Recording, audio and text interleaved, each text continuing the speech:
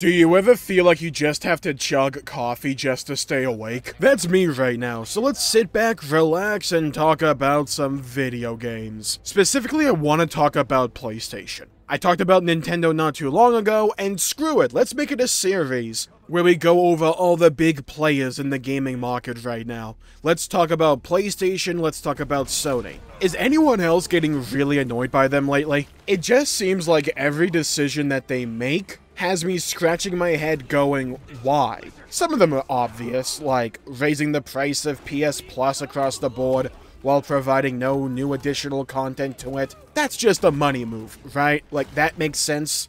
They're a company after all, we expect them to try and make more money. And then you have other moves like announcing a Last of Us 2 remaster despite the fact the game came out in 2020. And I believe, to my knowledge, has a PS5 upgrade, but don't hold me to that, don't quote that or anything. Now, The Last of Us has never been a series that I've been interested in, especially The Last of Us 2. And normally when it comes to these remasters or remakes for games that I don't particularly care about, I just kind of ignore and move on. But for Sony especially, it's pretty frustrating, especially considering all the IP that Sony has that's just gone to waste in recent years, as Sony has moved ever closer and closer to homogenization in terms of the first-party titles that it puts out. Now, I love me a good story in a game, and God of War and God of War Ragnarok are two of my favorite games of all time. I hold them in the highest of regards. But I don't want every PlayStation game to be of that vein.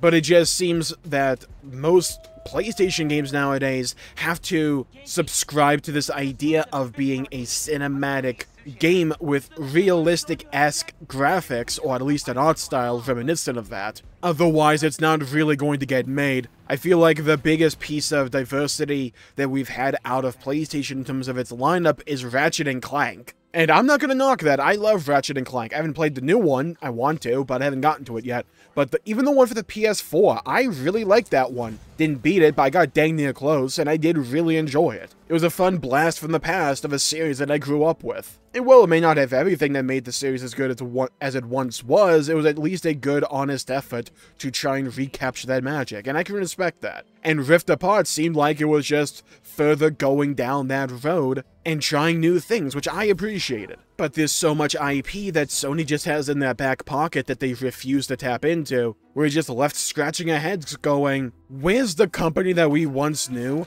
that put out so many bangers after banger and had games that seemingly appealed to everybody? Now, they have lost IP over the years like Spyro the Dragon, Crash Bandicoot. It seems like they're on the verge of losing Persona, as Persona's trending towards multi-platform. Same with Final Fantasy, despite the fact Final Fantasy 16 just came out. We had that moment at Final Fantasy 14 Fan Fest, where it seemed like Final Fantasy as a whole going forward, at least after Rebirth, will be trending towards multi-platform. And I'm a fan of that. I prefer when games are multi-platform because I don't want people to be limited as to what games they have available to them because of what plastic box they bought. I'm a big multi-platform kind of guy, 2 thumbs up for me in that regard. However, Sony still has a lot of IP that I do care about, that I do like. And I know the popular one going around is Bloodborne at the moment, but yeah, that's a real head-scratcher, right? I can only assume there's some kind of like backroom issue they're running into when it comes to Bloodborne, because I just do not see the logic of not doing anything with it, even when it comes to coming out with an official 60 FPS patch for Bloodborne for the PS5.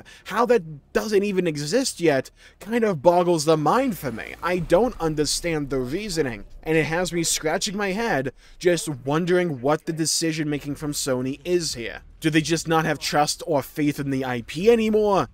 Are they tangled up in some kind of contract, legal jargon in the background that we're just not privy to? IP like Sly Cooper, Infamous, Ape Escape, Resistance, etc., etc. Sony just doesn't have that same level of variety that it used to. And it kind of relies on third-party games to provide those different experiences. It's not like they're failing or anything. PlayStation is a success, and it's selling very well. And you can do that. You can have a bunch of stupid decisions, and decisions that on the surface have you scratch your head going, why are they doing this this doesn't benefit the consumer, this doesn't garner interest in the product, oh cool, you're just raising the price of PS Plus for no new gain to the player, sweet. You can do stuff like that because, well, you just came out with Spider-Man 2. Bang a game. People love Spider-Man 2, rightfully so. I haven't played it myself, but from everything that I've seen of it, it's a well-crafted game that took what the original Spider-Man on the PS4 did and just gave the player more of that, and did it better in certain regards. Shored up its weaknesses and bolstered its strengths. Games like God of War Ragnarok, an incredible game that took what God of War on the PS4 did and made it better in nearly every regard. Final Fantasy XVI, another extremely cinematic game for PlayStation, go figure, but I love Final Fantasy XVI. It's arguably one of my games of the year this year. I love it to death. And when you put out game after game, even if they're at a slow pace or a slow clip, and you put out games of that quality, people will forgive you for a lot of transgressions. Because, at the end of the day, the most important part for a console or a market to succeed when it comes to the video game medium, you have to have good games. If you don't have good games, your console, your market is doomed to wither and die. PlayStation, they may be all very similar to one another, with a few exceptions here and there, but they are good games. I may not like The Last of Us 2. I may not like The Last of Us 1. I may have absolutely no interest in the IP, but a lot of people do. You come out with a device like the PlayStation Portal, and I'm just sitting here scratching my head going, who is this in service of?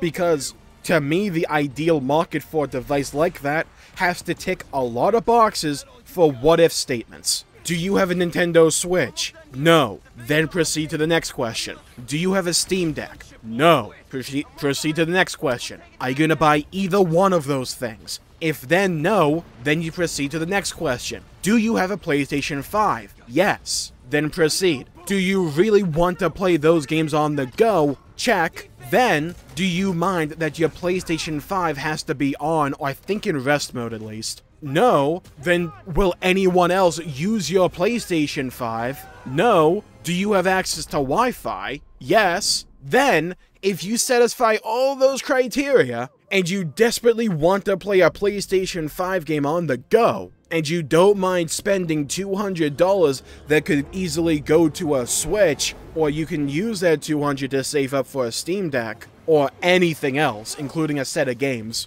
then sure, I can see why you may want a PlayStation Portal. But in terms of tech, it's just a less functional piece of kit than what's already on the market, and PlayStation Remote Play already exists. But again, why can PlayStation do things like this? Because they have good games. They may not appeal to everybody, but if they appeal to you, they got you locked in. And I do think it's genuinely annoying, because outside of the major game releases, I haven't really seen a piece of news come out of PlayStation or Sony that's left me with a sense of optimism. The utter travesty of what's going on with Bungie right now, oh my god. Dude, thank Christ I'm not a Destiny player. And how am I, the player, supposed to have any sense of optimism for Marathon, Bungie's upcoming game, after everything that's been happening with Destiny 2? How are you going to sell Marathon to me, the player, when I can't trust the quality of the experience coming out of Bungie games right now? And like with most things, I don't blame the actual developers.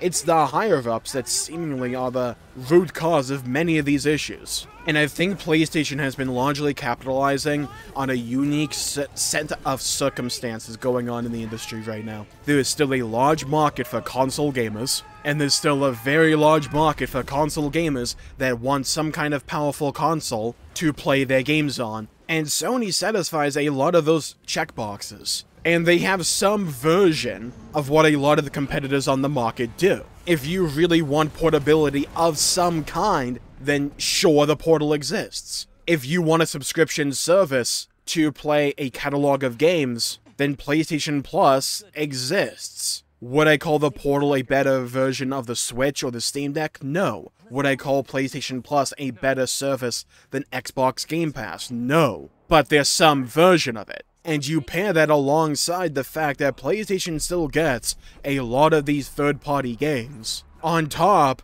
of the few first-party games that come out of PlayStation that come out, they're really good, and they're well-beloved. And while Xbox has a superior service with Game Pass in my opinion, they have been struggling to come out with consistently quality and well-beloved first-party games. They have the IP, but we'll get to Xbox in their own video. But PlayStation may not be the best at anything. They're not the best at variety, but they have some version of what the competition does, on top of a really strong base of games that they put out themselves with a quality piece of kit for their machine, the PS5. It's not surprising why we're seeing such a rise in popularity of the PS5 now that it's more available than it used to be. And that's why I think we're still seeing PlayStation do so well despite all the negative publicity surrounding them, or even just bizarre publicity surrounding them. Not even necessarily negative publicity, just weird. Oh, they're raising PS Plus prices. Oh, cool. They're remastering a game that came out less than 3 years ago. Cool. Maybe about 3 years ago. Cool. They haven't touched Bloodborne. Cool. A lot of their first-party games are very similar to one another, but they're still dominant, they're still doing well, and they're still doing even better than before, because they have found their niche, they have found their formula, and they're sticking to it. Have some version of what the competitors do. It doesn't need to be as good, just be some version of it. And you don't need to release a lot of first-party games, just when you do release them, make sure they're good. And unless Xbox gets a hold of themselves and starts pumping out amazing games from their extensive list of IP they have at their disposal, I don't really see Sony shaking up their formula, because there's no need to. And that's the reality of the situation, in my opinion. Nintendo targets a far more casual demographic of players as a cheaper console and a less powerful one with hybridization in terms of being able to play as a mobile device or a stay-at-home console, and PlayStation targets a more medium casual to hardcore gamer and has targeted them effectively. And with that, I'll call the video there for today. Thank you all for tuning in. My pleasure for making the video. If you enjoyed it, please leave a like and subscribe. It really helps the channel out and help support future content, and I greatly appreciate it. Stay safe, have a great day, and I'll see you all next time. And hit the bell icon to be notified when I upload and stream in the future, because we still have to talk about PC gaming and Xbox. Oh, don't worry, their time will come. So hey, make sure to leave a like and subscribe. I'll see you all next time. Bye-bye, everybody. Until we meet again.